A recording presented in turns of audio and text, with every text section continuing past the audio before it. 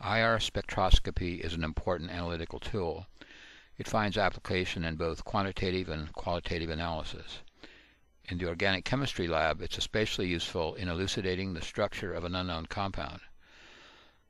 The process in determining the structure of a compound is to obtain an IR spectrum of that compound. Now, the IR spectrum consists of a set of signals called peaks or bands. The observed frequency of a given peak identifies the bond or set of bonds in the molecule that creates the peak. The IR spectrum alone will generally not tell you the complete structure of a compound, but it will identify what functional groups are present. Tips in IR spectral interpretation. We've already discussed that you should look just at the peaks on the left, the stretching bands, and ignore, at least initially, the peaks on the right. Those are the bending bands. The observed individual bending frequencies only occasionally provide structural information. It generally works like this. By examining the peaks in the stretching region, we can conclude what functional groups are present. In certain cases, we can get more detailed information about the functional groups by then going to the right side of the spectrum and making interpretations of the bending peaks. We'll see an example of that later on. But the idea is, find out what the functional groups are. You let the stretching bands tell you that. And then to get more detailed information about certain functional groups, you then can consult the peaks on the right side, the bending peaks. Third, the width and height of peaks can sometimes provide information about molecular structure. You've already mentioned that the OH and NH peak tend to be broader peaks. The OH is generally broader than the NH, so they both occur about the same place in the spectrum, around 3500 wave numbers. So if you see a peak at 3500, the question is it an OH or NH? And you can often tell by the broadness of the peak. If it's a very broad peak, that tends to indicate an OH. Only modestly broad peak would indicate an NH group.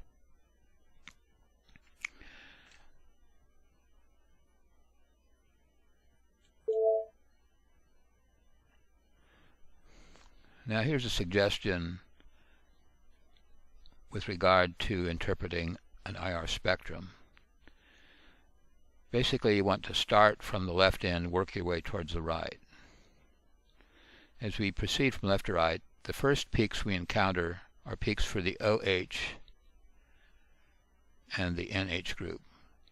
So it makes sense to look for those first. Do you have an alcohol? Do you have a phenol? Do you have possibly an amine? If you do, you'll see peaks in the region indicated here, on average about 3500. Those are associated with the stretching motions of OH and NH. Now, next thing to look for is the hydroxyl group of a carboxylic acid. That particular peak is extremely broad. We've mentioned this before. I refer to it as the camel's hump in a spectrum. The peak is so broad it generally stretches from around 3300 all the way down to 2500. Now that can vary a little bit, but it's extremely broad peak.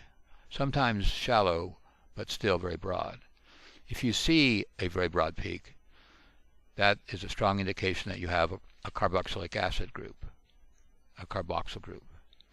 All right, as we proceed more towards the right end of the spectrum, next we want to look for the possible presence of a CC double bond in an alkene or an aromatic ring. So the place you want to look for is between 3000 and 3100 wave numbers. If you have an alkene with an alkenyl hydrogen or an aromatic ring with hydrogens bonded to the ring, and that's almost always the case for an aromatic compound, you should see a peak between 3000 and 3100. Remember that 3000 is a dividing line. Alkane or alkyl CHs will have frequencies below 3000.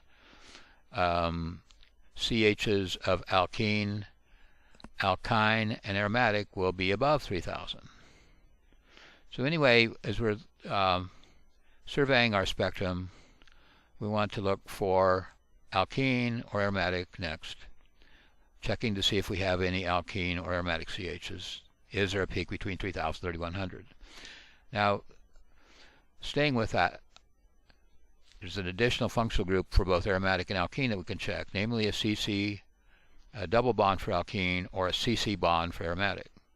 For a CC double bond, we'll see a peak between 1600 and 1680. Those peaks they tend to be narrow and of variable height. Now the aromatic CC bond is close to this, but look for this. There's generally two characteristic peaks, one around 1500 and the other 1600. And there's often, not always, a third peak at 1450. So if you see a peak between 3000 and 3100, you may have either an alkene or an aromatic. To tell whether it's an alkene or aromatic, look at the 1600, 1500 region. If you see a peak between two peaks, one at 15 and 16, that's a good indication you have an aromatic compound. If you don't see that, but instead have a peak somewhere between 1600 and 1680, that's suggestive that you have an alkene.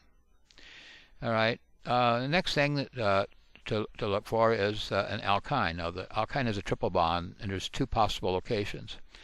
The triple bond could be at the end of the chain or in the middle. If it's at the end of the chain, you'll see an alkynyl CH, and that produces a characteristic band about 3300. It's a narrow band, but often small. The next thing with respect to an alkyne is to look for a band associated with a CC triple bond. That band you'll find between 2100 and 2170. It's a stretching kind of motion. It's narrow and generally of variable height. Next, we come to the carbonyl group. We mentioned that this particular functional group, you see it in aldehydes, ketones, carboxylic acids, esters, and other functional groups. It's generally a large, prominent peak in the spectrum. And it generally falls in the range 1680 to 1740, although for different functional groups, you can have values above 1740 and even occasionally below 1680. So one has to be careful here. But other than that, there's not a lot of other functional groups producing peaks in this range. So if you see something in that range, 1680, 1740, pretty good bet you've got a carbonyl group. So it is a group that's very seeable. That functional group is one the functional group carbonyl group is one that's generally readily identified because of that characteristic position in the IR spectrum. Next, look for an aldehyde. I think we've also mentioned that when we looked at the other chart. An aldehyde CH stretch produces two peaks, 2720, 2820.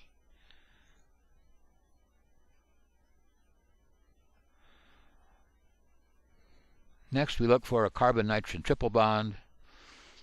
Triple bonds, the C triple bond N is produces a peak that's very close, actually, to a CC triple bond. You can see how close the values are here and here. But that if you have a peak between in that region, well, for 2200, 2600, that's indicative of a CN triple bond. That's called a nitrile group.